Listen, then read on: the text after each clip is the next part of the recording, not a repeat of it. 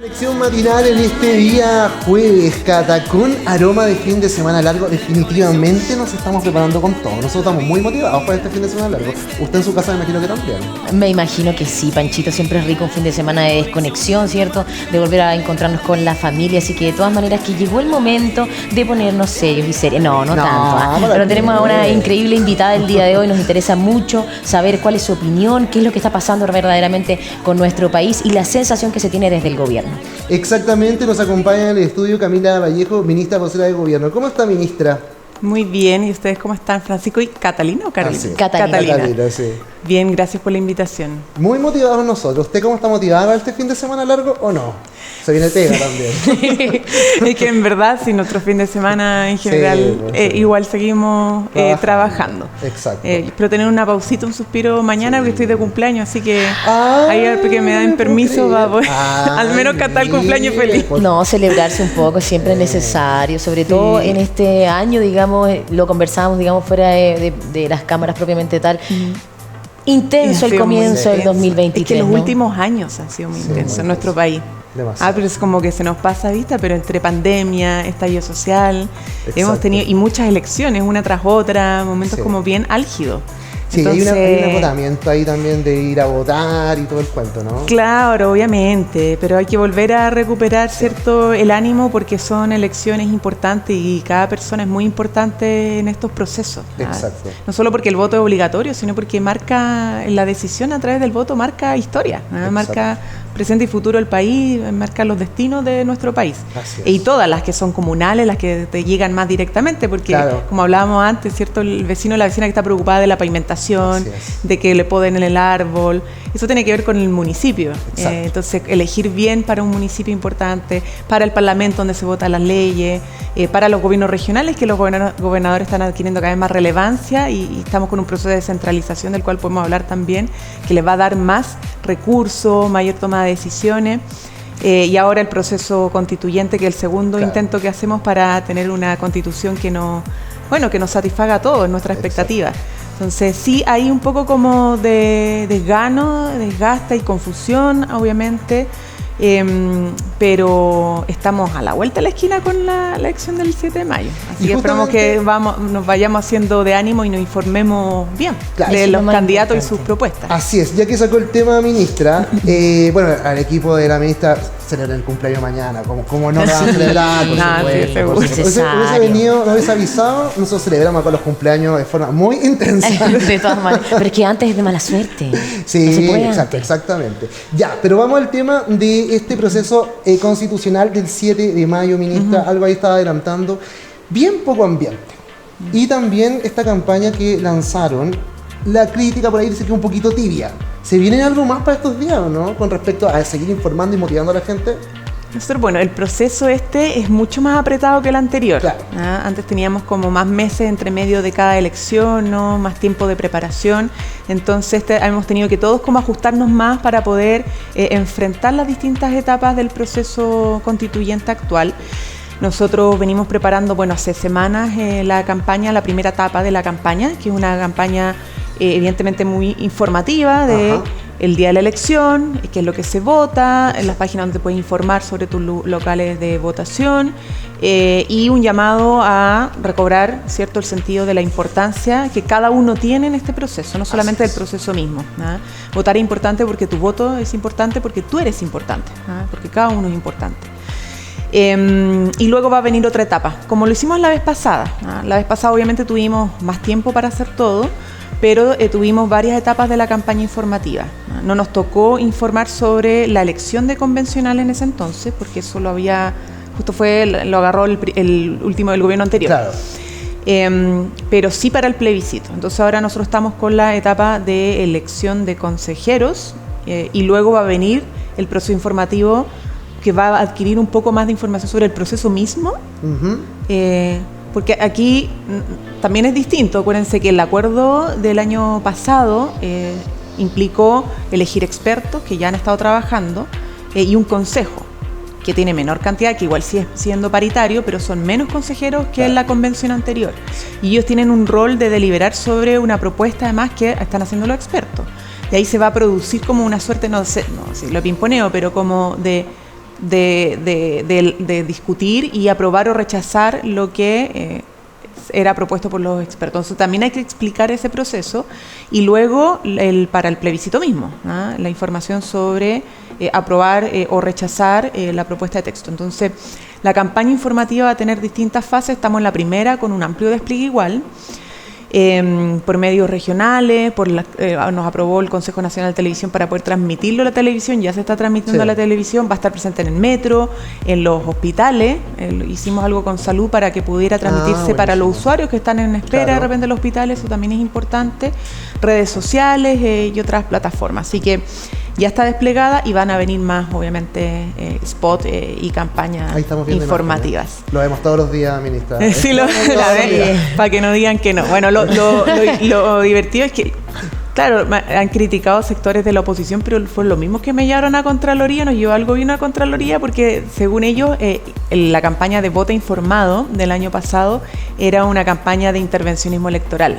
No sé si recuerdan, pero pusieron varios como requerimientos en la Contraloría y ahora la Contraloría emitió 4 dictámenes diciendo que no había intervencionismo político, que el uso de los recursos se ajustó a la ley. Por lo tanto, eso es súper importante decirlo porque hubo meses donde se instaló la idea de que habíamos hecho intervencionismo y ahora la Contraloría General de la República señaló todo lo contrario, ¿no? Que nuestra campaña informativa fue responsable, que se ajustó a derecho, a las normas y que, por cierto, no hubo ningún tipo de intervencionismo electoral. Bueno, ese mismo sector nos está pidiendo hacer campaña, pero ahí está la campaña.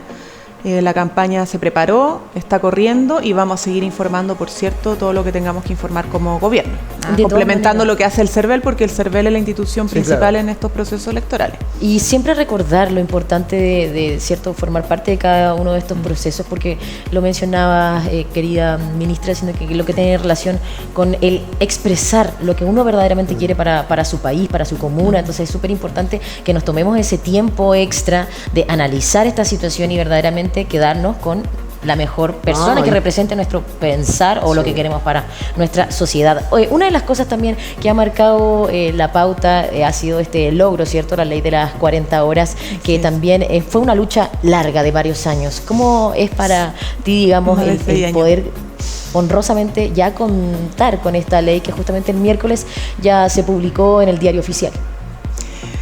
Bueno, cumplir un sueño, porque es de esos proyectos que creo que le dan mucho sentido a estar en política. Desde que nos imaginamos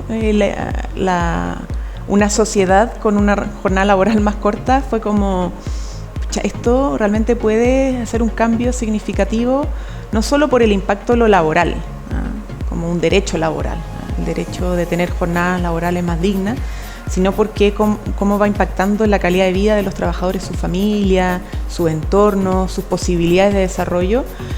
Si ustedes piensan, la jornada laboral ordena igual la jornada escolar, como que ordena todo, gran parte de lo que es nuestra vida. Entonces, el que se reduzca nos permite como reorganizar de mejor forma también nuestros tiempos en otras áreas. Y porque en ese entonces fue antes del estallido social, cuando estábamos en plena campaña, me acuerdo con la diputada Carol Carriera estábamos levantando el concierto por las 40 horas, el festival de las 40 horas, peleando el permiso en Santiago, y ya estamos a punto de hacerlo y se produce el estallido social. Pero claro, era evidente que venía como un malestar muy grande porque nosotros de hecho decíamos, oye, esto es una olla a presión, si la gente está cansada, hay problemas de salud mental, los niños y niñas los tenemos un poco abandonados, etcétera. Entonces, después de 6 años de pelearla en el Tribunal Constitucional, porque lo mandaron al Tribunal Constitucional, primero declararon que era inadmisible en el Congreso el proyecto. Tuvimos que pedir la votación para que se declarara admisible y pudiéramos tramitarlo. Ganamos esa votación.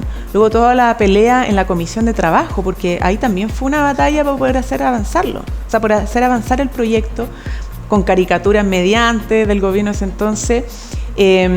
Lo ganamos en el Tribunal Constitucional con la ayuda del abogado Patricio Zapata, que siempre le reconozco el aporte que nos hizo y la colaboración, siendo además de un sector político distinto.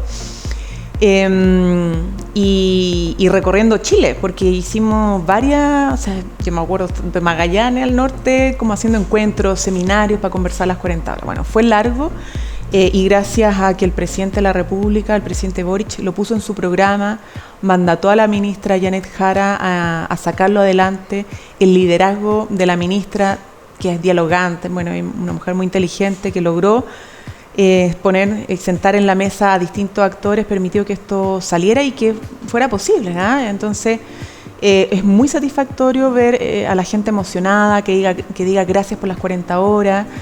Es muy reconfortante además poder demostrar que la política es capaz de responder a las necesidades de la gente.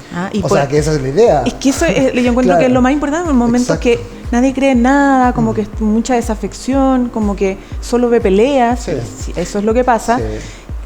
Que en este proyecto que es tan significativo para la gente, la política haya sido capaz de responder, de sentar a empresarios, trabajadores, políticos de distintas veredas y decir, ya, ok, estamos aquí, estamos de acuerdo en esto, saquémoslo adelante.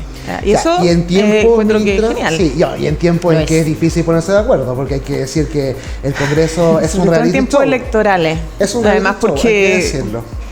Y lo decimos, porque siempre lo repetimos, y lo decimos transparentemente, la gente también que nos llama a todos nosotros, tiene esa sensación, ¿cierto? Como de que, oye, ya están peleando con esto, y en realidad la gente que está en la casa a veces le da lo mismo, ¿me entiendes? Como las peleas que incluso a veces se van a lo personal. Entonces también eso es, loda sin duda, ministra, la política. Así es. Usted fue diputada, entonces lo sabe cómo funciona ese mundo. Pero el tema de las 40 horas, tengo la sensación de que es una cuestión muy transversal. Sí hay personas que no están de acuerdo. Principalmente quizás puede ser por el tema de las pymes, que también eso hay que aclarar esos puntos, porque quizás a veces son informaciones que están como volando, pero concretamente, ¿por qué con las pymes? Uno. Y dos, también que es progresivo, ¿cierto? Esto no es una cuestión que de mañana. Ahora, sí felicitar a las empresas que se adelantaron. Sí, y que el 90% son pymes. Pero yo agradezco el punto, Francisco, porque, bueno, es transversal, pero no 100%. No. Recuerden que los republicanos votaron en contra de las 40 horas. Así es. Y todavía hay sectores que dicen esto es para los flojos y critican como ese tipo de cosas, o algunos dicen es poco flexible, otros dicen es muy flexible, unos dicen son muchos años de gradualidad, nos gustaría antes, y otros dicen no, debíamos... O sea, en política esto es normal que pase, y está bien que hayan diferencias y que hayan discusiones. Lo importante es poder lograr que esas diferencias a veces no obstaculicen los cambios, sino que estén presentes, pero que al final logremos establecer mínimos, ¿no? o acuerdos básicos. Con las pymes es interesante porque nosotros cuando abrimos el sello de las 40 horas postularon varias empresas y la gran mayoría son pymes. Hoy día de las 500 y tanto, ya superaron las 510 empresas que están con el sello y que se adelantaron a la ley. El 90% son pymes. Y la gran mayoría, no sé si la gran mayoría, pero de las que yo he escuchado y he podido conversar, ahí de las con las que he conversado, la gran mayoría se armaron en pandemia, para buscar cómo sobrevivir en la pandemia. Entonces, tratando de ajustarse a los tiempos también de las mujeres que habían perdido el empleo, dijeron vamos a aplicar las 40 horas porque si no, no nos da.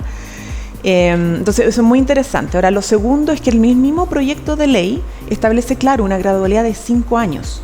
Partiendo el próximo año se baja la primera hora, después van a haber 2 horas de rebaja, y luego las últimas 2.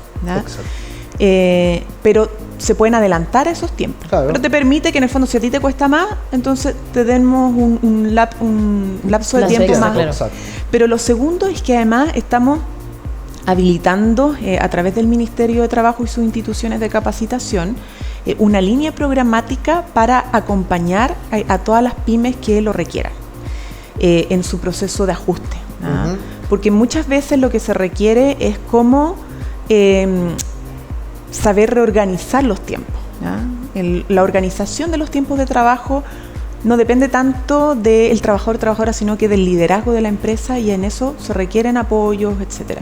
Entonces, todo eso va a estar habilitado para acompañar región por región a las pymes que soliciten de espaldas, ¿cierto? Mayor apoyo, herramientas, capacitación, de experiencias de otras pymes también, porque cuando se comparten experiencias ahí es lo mejor, es el mejor momento donde dices, mira, yo lo hice así, pero esto a mí no me resultó, yo te recomiendo tal cosa. Eso es se ha producido algo muy interesante ahí. Por lo tanto, es la gradualidad y es también el apoyo por parte de Sense, que va a estar ahí a disposición de acompañar a las pymes. nos interesa, ya que, bueno, aquí siempre, como le contábamos también, tenemos espacios donde integramos, ¿cierto?, a diferentes emprendedores, emprendedoras, y sabíamos que, de cierta manera, era un tema, este tema de cómo poder ir gradualmente adaptándonos a esta nueva ley que ya es una realidad. Tocamos un tema que tenía relación con la salud mental, que también, bueno, la ley de 40 horas viene a favorecer un poquito eso, ¿no? La falta de tiempo extra, no sé si necesariamente de ocio, pero sí de calidad con nuestros pares, con nuestras familias. En cuanto a un nivel nacional, ¿van a existir en algún momento políticas que puedan acompañar, digamos, estos procesos que post pandemia yo creo que nos dimos cuenta que efectivamente era un ítem súper importante para saber cómo, digamos, adaptarnos a vivir, a convivir en sociedad? Sí, de todas formas, el foco en salud mental ha estado principalmente centrado en la población infanto-juvenil. Se ha hecho crecer el programa de salud mental en los colegios, en el marco del plan de reactivación educativa, porque además los mismos petitorios estudiantiles han empezado a plantear los temas asociados a apoyo en salud mental. Entonces, todo ese programa se ha acrecentado. No tengo aquí la cifra actualmente, pero se lo podemos mandar. Entonces, en cupos y en financiamiento para que los jóvenes puedan acceder a estos programas de acompañamiento en salud mental. El reforzamiento de las duplas psicosociales, ¿no? Y por fuera de los establecimientos educacionales, varios proyectos asociados a salud directamente, que son centros de salud mental para niños y jóvenes, que el presidente de hecho lo anunció en su primera cuenta pública. Hay varios que están en ejecución y que van a permitir evidentemente ampliar la oferta para la atención de salud mental, que es una arista que cada vez se está poniendo más importante, ¿no? Porque uno dice, bueno, la salud es todos los problemas físicos, pero cuidar la salud de las personas también tiene que ver con cuidar la salud mental. Y en estos tiempos que son como tan ajetreados, tan del inmediatismo, de tanto exitismo, de los desafíos que tenemos día a día que resolver, de cómo sobrevivir también en una sociedad que nos presenta distintos tipos de dificultad. Imagínense la juventud que nació con esto muy presente de la crisis climática, que también genera como un problema en las percepciones de futuro, de hasta dónde vamos a llegar, de cuál es el sentido de la sociedad y de su desarrollo, si esto está. Entonces, todas esas cosas se deben empezar a abordar de manera más seria, las relaciones interpersonales, los problemas asociados al bullying, a la convivencia, que tienen varias formas de responder, no solamente la atención en salud mental, sino que también los planes para la convivencia que escolar. Pero sí, hay líneas de trabajo. El presidente de la República particularmente se toma muy en serio esto, ustedes saben, por su propia experiencia, tiene un compromiso especial con los temas asociados a salud mental, y no solo a salud mental, sino que también otros tipos de situaciones, como lo hicimos con los niños y niñas TEA. Que son, bueno, trastornos del espectro autista, que tienen distintos rangos y gradualidades, que se expresan de manera distinta entre hombres y mujeres. No es lo mismo. Entonces, y que además ha ido creciendo harto, es impresionante. Muchas familias, muchas madres con hijos TEA, entonces la ley TEA también es una forma de abordar estos asuntos de visibilidad. Pero sabes que también hay una sensación con respecto al tema de que bueno que tocó el tema de los niños TEA. Las personas TEA en realidad, y yo creo que siempre estuvieron. Lo que pasa es que hoy día la gente también se atreve un poco más, lo hemos conversado acá, lo que pasa con la discapacidad, ¿cierto? Que siempre era como esconderla. Por ejemplo, con lo que pasaba con las personas síndrome de Down, que antes se escondían. Hoy día la gente los muestra como corresponde, ¿no? Los inserta, los integra en una sociedad que lamentablemente también no está del todo preparada, pero vamos camino para allá. Hay más posibilidad de diagnóstico. Exacto. Efectivamente. Y hablar pasa mucho tema, más hoy día, así como lo estamos hablando, también es un avance. Sí. ¿Cierto? Porque siempre nos preocupamos que ya... Nos da vergüenza. O los padres a veces tampoco sabían o no se atrevían a llevar al diagnóstico a los niños, niñas, no sé, ha pasado mucho eso. Efectivamente yo creo que se ha ido visibilizando más y hemos ido asumiendo como sociedad que somos distintos y que hay una diversidad y que esa diversidad hay que reconocerla, que hay que atenderla y no solamente integrarla, sino que incluirla y que, bueno, que tenemos que aprender de todos y todas. Sí. Quería, solamente para cerrar un punto del tema de las 40 horas, ¿no? Ya dijimos que era gradual, ¿cierto? Que hay evidentemente empresas que ya se sumaron y eso está súper bueno, ¿cierto? Porque no esperaron la ley, sino que lo hacían de antes incluso. Hay algunas empresas que... y mejoraron su productividad también. Exactamente. Y en región, recuerdo. Y en región también. Y dejar súper claro que en el caso de los trabajadores públicos no rige porque ahí se rigen por otro tipo de estatuto administrativo. Claro, estatuto administrativo. Exacto. Entonces, no están las 40 horas para el mundo, las personas que por trabajan en el ahora. sector público. Ya, perfecto. Sí, esta es una norma que siempre se pensó para los trabajadores del Código del Trabajo, porque como tuvo inicio parlamentario, fue una moción parlamentaria, los parlamentarios no podemos presentar proyectos que intervengan o cambien todo lo que es la administración del Estado. Eso es facultad exclusiva del Ejecutivo. Entonces el origen siempre fue Código del Trabajo. Pero claro, ahora siendo gobierno lo que hicimos fue iniciar una mesa de trabajo en el sector público para que ya aprobada esto para el mundo del Código del Trabajo, pudiéramos pensar cómo aplicaría en el sector público atendiendo su diversidad, porque en el sector tenemos distintos tipos de estatutos. Está el estatuto administrativo, está el estatuto docente, está el estatuto de la atención primaria, y cada uno tiene su propia realidad. Entonces, ¿qué es lo que queremos hacer en ese diálogo con los trabajadores y trabajadoras del sector público? Nosotros como gobierno y a través de nuestro ministerio representando más al Estado, y en los empleadores, bueno, hay otros empleadores del sector público, pero desde el gobierno, ver cómo a la par que reducimos la jornada laboral, resguardamos la calidad del servicio. Que eso es también importante para los usuarios, ¿no? Que se van a atender al hospital, al consultorio o al establecimiento educacional. Entonces eso viene y esperamos, cuando termine esa mesa de trabajo, presentar un proyecto de ley para avanzar hacia el sector público. Ahora, en el mundo del código, recuerden que hay en el sector público, en algunos casos, también hay contratos por código del trabajo. Uno dice que es una anomalía, no, pero existen en el sector público personas contratadas por código del trabajo. Ahí así se les va a aplicar la reducción de la jornada laboral, porque son código. Si tienes jornada ordinaria del Código del Trabajo, si tienes jornada especial del Código del Trabajo y si tienes jornada excepcional del Código del Trabajo. Y ahí, bueno, la gente tiene que igual quizás informarse un poco porque muchas personas no saben qué régimen contractual tienen. Entonces, ahí la tarea para la casa es saber si tengo jornada ordinaria o tengo jornada especial o tengo jornada excepcional, que si soy del sector público, qué tipo de estatuto, en qué calidad estoy, eso es fundamental, porque además así conocen sus derechos. Así es. De todas maneras, bueno, saliéndonos un poquito del contexto de la ley de las 40 horas también, constantemente estamos en contacto directo con la gente aquí en Tu Conexión Matinal. Nos interesa mucho lo que pasa en los diferentes sectores, barrios, regiones, y un tema en cuestión siempre ha sido la seguridad, el miedo que actualmente se siente, el transitar por las calles. Antes era, no, si en un horario o más nocturno, preferentemente no salir, pero hoy en día ya es algo que, digamos, se vive a plena luz del día. ¿Cómo ha sido también para ustedes como gobierno este nuevo plan, cierto, Calles Sin Violencia, que justamente hace muy poquito ya comienza en las comunas de Santiago?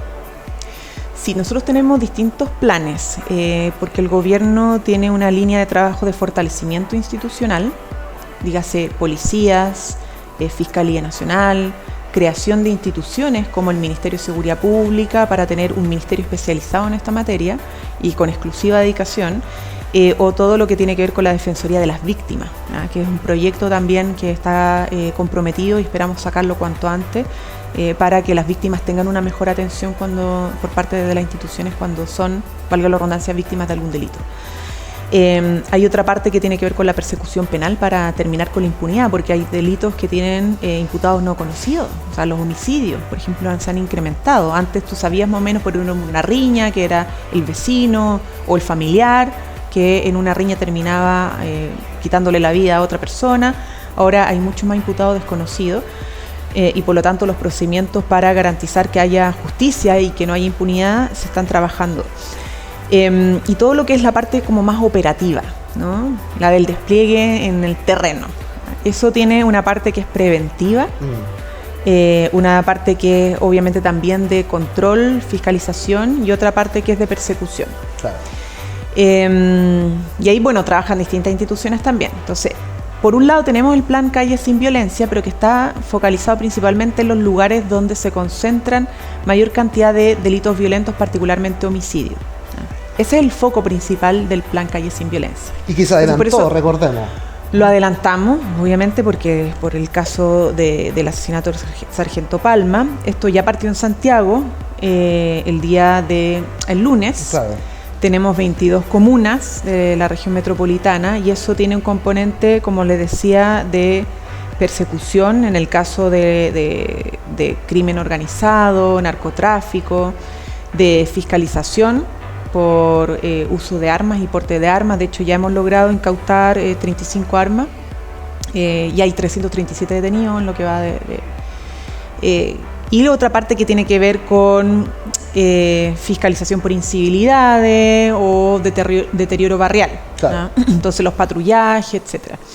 Y hay toda una línea de persecución penal que es con la conformación de equipos desde la Fiscalía, con un fiscal especializado y preferente en la materia, para poder acelerar todos los procesos investigativos y que tengamos resultados. O sea, no hayan solo detenidos e imputados, sino que hayan finalmente luego condenados, claro. Y que cumplan con las penas correspondientes por la comisión de delito. Pero no es el único plan. ¿Ya? Eso es lo que yo quería señalar. Ahí está el plan Estado Presente, el Somos Barrio, y hay varios otros planes que abordan el problema de la seguridad desde lo preventivo, pero también desde el patrullaje, y que van a estar presentes en otras comunas. ¿Y esos otros planes están dentro de la misma inversión que se va a hacer, los de los 21 millones? Sí. 1.500 millones de dólares. Es mucha plata. Sí, es mucha plata. Esto es una inversión histórica, nunca se había hecho esta inversión, y que va para todo el plan de seguridad. O sea, no es solamente para el plan Calle Sin Violencia, no es solamente para las policías, es para fortalecer las capacidades de las comunas y las regiones. O sea, es un plan bien robusto. Ya, este plan entonces estaba, obviamente ustedes lo tenían como parte también del plan de gobierno, efectivamente se adelanta de alguna forma, y aprovechando que está acá la ministra, teníamos una confusión, porque ¿se acuerda cuando partió esto del Calle Sin Violencia? Se filtra a la prensa 10 comunas, y ahí parte todo. ¿Se acuerdan? Me imagino, ¿no? Sí. Ya, hay un enredo que nadie entendía. ¿Qué pasa con las otras comunas? Empezaban las críticas de las otras comunas y después se hace otro anuncio. ¿Qué pasó ahí con ese? Es que eso fue una o sea, nosotros no dimos ninguna información oficial, por lo tanto no nos podemos hacer responsables de eso. Porque desde el Ministerio del Interior, primero se trabaja con otras instituciones para determinar qué comunas clasifican. Esto no es así a dedo. Y no es como a solicitud solamente de los municipios, porque en esto todos los municipios quieren más reforzamiento. Pero hay criterios de, como les decía, de niveles, cantidad de homicidios que se perpetran en el último tiempo, se han perpetrado en el último tiempo en las comunas. Tiene que ver con la presencia de crimen organizado, de impunidad penal y de deterioro barrial. Entonces son distintos factores que hay que analizarlo con distintas instituciones, y ahí se llega a las comunas. Pero luego, cuando se llega a las comunas, primero hay que informar a los alcaldes y alcaldesas. Por eso tampoco es como llegar y señalarlo por la prensa.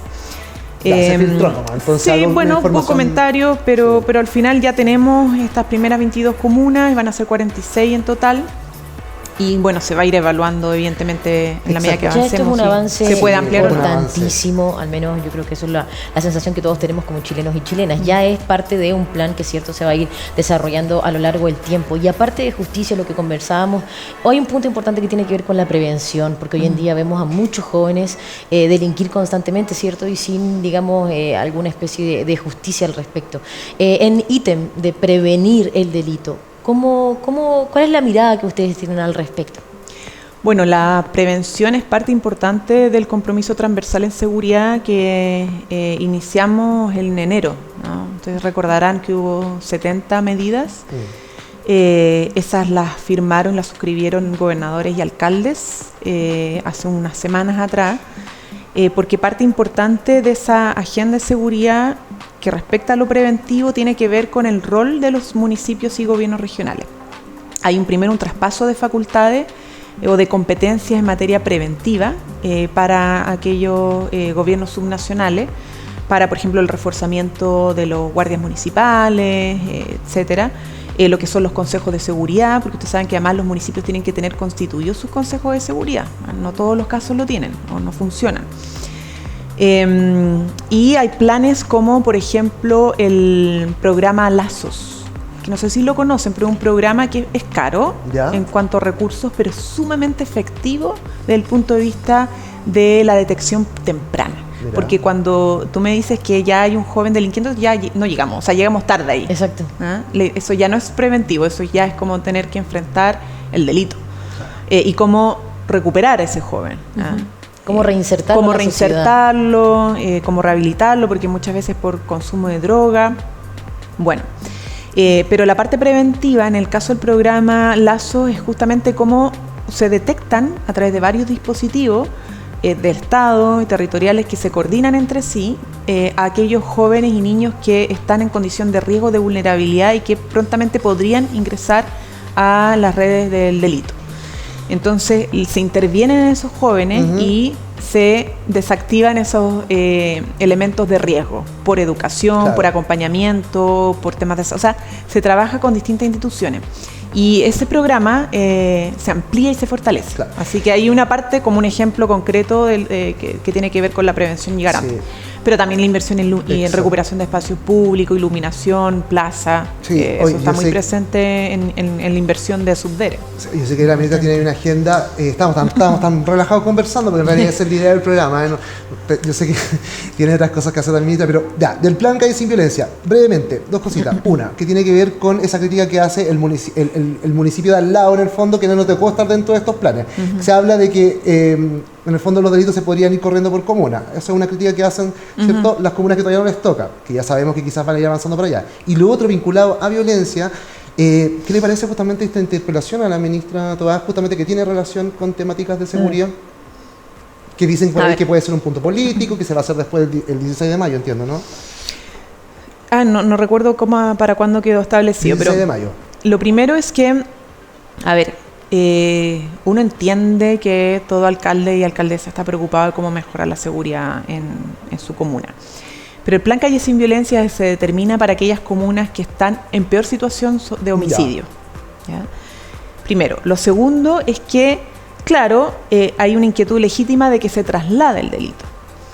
Pero respecto a esas dos cosas, uno, las policías en las comunas que no están en el plan Calle Sin Violencia no desaparecen.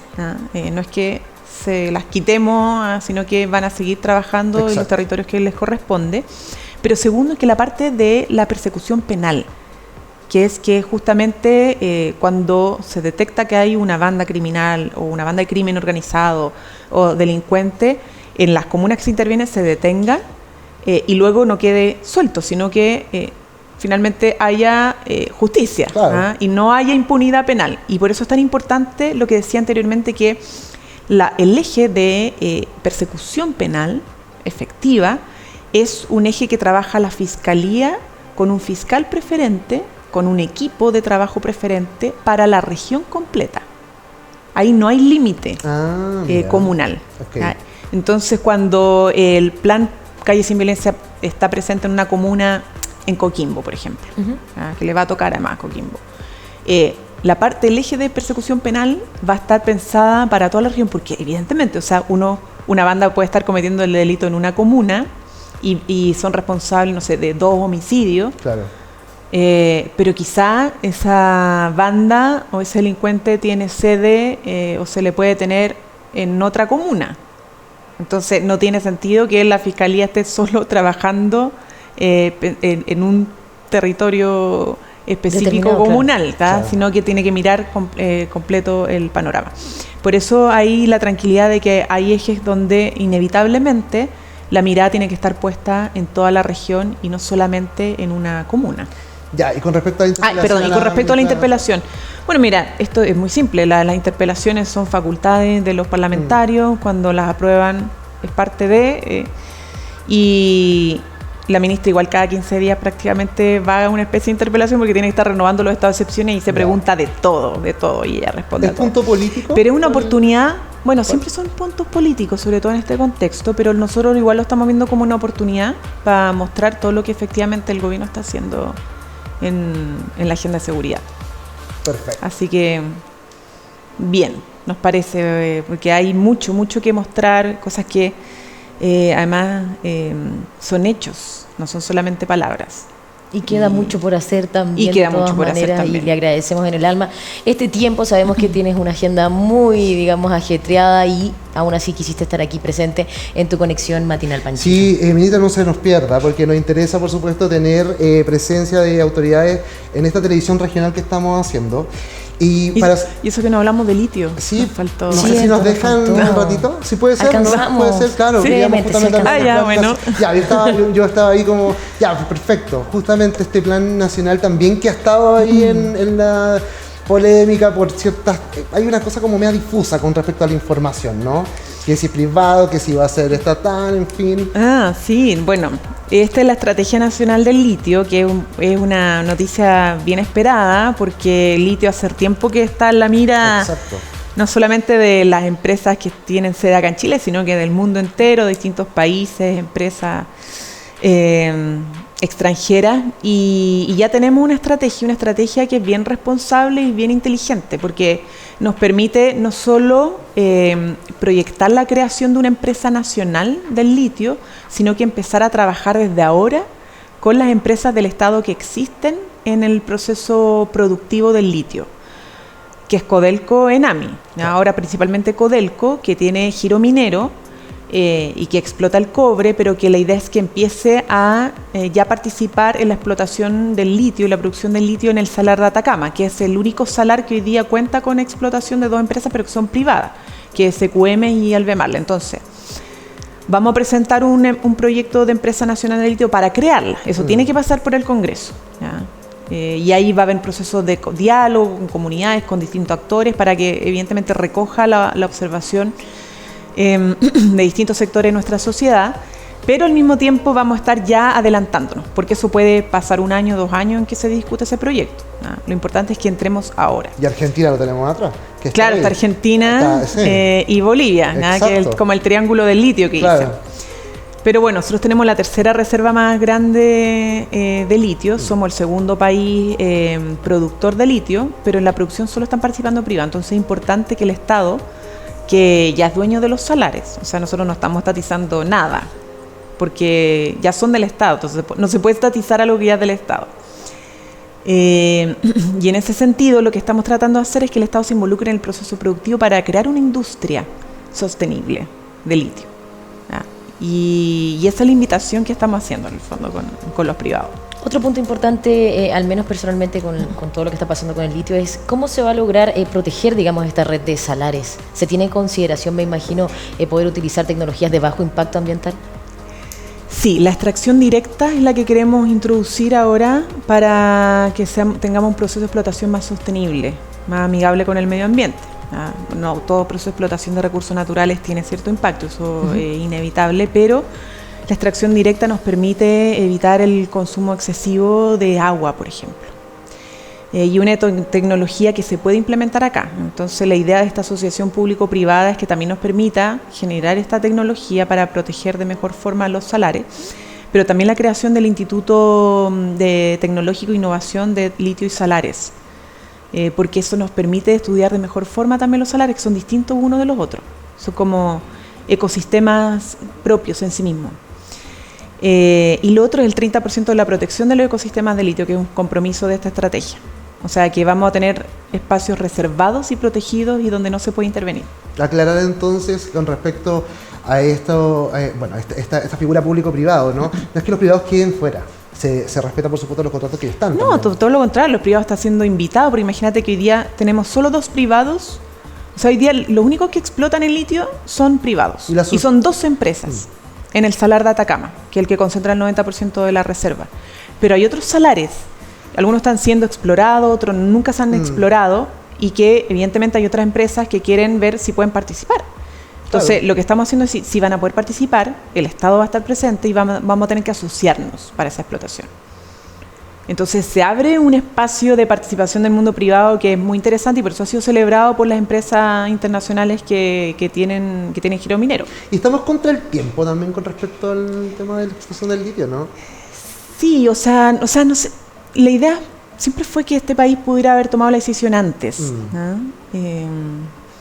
Pero bueno, yo creo que nunca es tan tarde. El litio es una reserva que tenemos importantísima en Chile y que estamos hoy día partiendo, y que independientemente de los ciclos del precio, va a seguir siendo importante, al menos diría yo, durante 20, 30 años. No, y además comprendiendo el contexto de la alta demanda también mundial y todo lo que está pasando, además todo lo que va a llegar a enriquecer, ¿cierto? Sí. El formar políticas públicas relacionadas al litio, porque esto va a venir, digamos, también a conformar nuevos hospitales, nuevas escuelas también.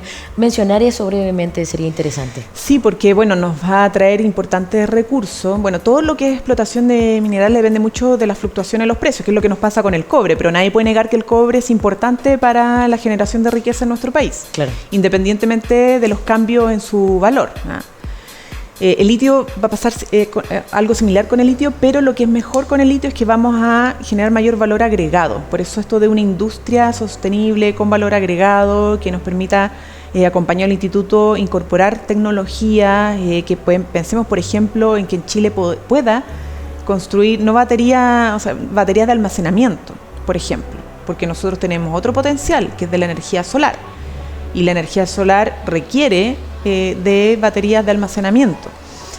Entonces podemos soñar con ese futuro que no tiene por qué ser tan lejano, ¿no? Entonces sí, y porque además la riqueza que nos permitiría producir el litio, claro, pues pensar en obras, en hospitales, escuelas, puentes, etcétera. O sea, que podamos en momentos de altos ingresos para el país por concepto de litio, financiar proyectos de desarrollo en distintas regiones. Y esperemos que sea así, que se logren, por supuesto, llegar ahí a los acuerdos que correspondan, que eso es súper importante. Y bueno, agradecerle, ministra, su presencia. Lo último, yo sé que lo dijo... Bueno, el acuerdo importante es lo que se logre con las empresas que están presentes ahora, porque ellos les vamos a respetar sus contratos. Así es. Voy a precisar eso, claro. Ellos tienen contratos de arrendamiento, no son concesiones. Ya. SQM y Albemarle, que actualmente explotan el salar de Atacama. SQM le vence el contrato el 2030 y Albemarle el 2043, si no me equivoco. Ya, y 42. Se respeta entonces ese... Claro, pero para poder entrar antes nosotros hay que generar un acuerdo con ellos. Y eso es lo que hoy día tiene como mandato Codelco, que es una empresa reconocida a nivel internacional y que, bueno, tiene todas las capacidades, yo creo, para llegar a ese entendimiento y esperamos que tenga un entendimiento con las empresas para que podamos entrar antes y no dependa, obviamente, del proyecto de ley de la creación de la empresa nacional, sino que el Estado tenga ya una participación en el corto plazo. Pero como se dice por ahí, noticia en desarrollo. En desarrollo. Sí. Ya, ministra, lo último. Yo sé que lo dijo en el día de la cuarta, yo sé lo que me va a decir, pero igual. Cuando era dirigente estudiantil, quizás no pensó si iba a ser diputada. Puede ser que sí, uno no sabe. Si es diputada, pasó a ministra, ¿no? Y se habla por ahí, o más bien, no sé, ¿se imagina usted en algún momento ser candidata presidencial o no? Tengo que hacer la pregunta, porque en realidad es lo que está ahí dando que hablar. Bueno, yo lo respondí, no y además que yo tengo un mandato ahora y estoy abocada 100% a hacer el trabajo que el presidente de la República me ha encomendado como ministra de Estado. Y tengo la confianza para eso. Para nada más y no se me ha pasado, obviamente, por la cabeza. Ya. Así que creo que además no corresponde. Estamos en un momento de ser gobierno y creo que no. A mí no me parece que es de buen gusto estar hablando de eso cuando uno es ministro de un gobierno, de un presidente que está en pleno ejercicio.